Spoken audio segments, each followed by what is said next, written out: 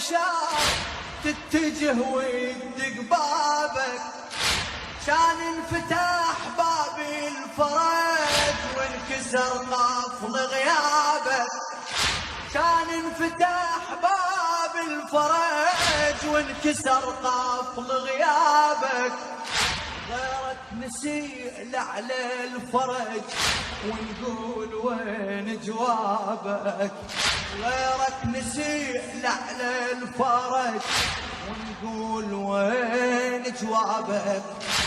المشكلة ان سمعك عتب ونصيح افتح بابك، والمشكلة ان سمعك عتب ونصيح افتح بابك.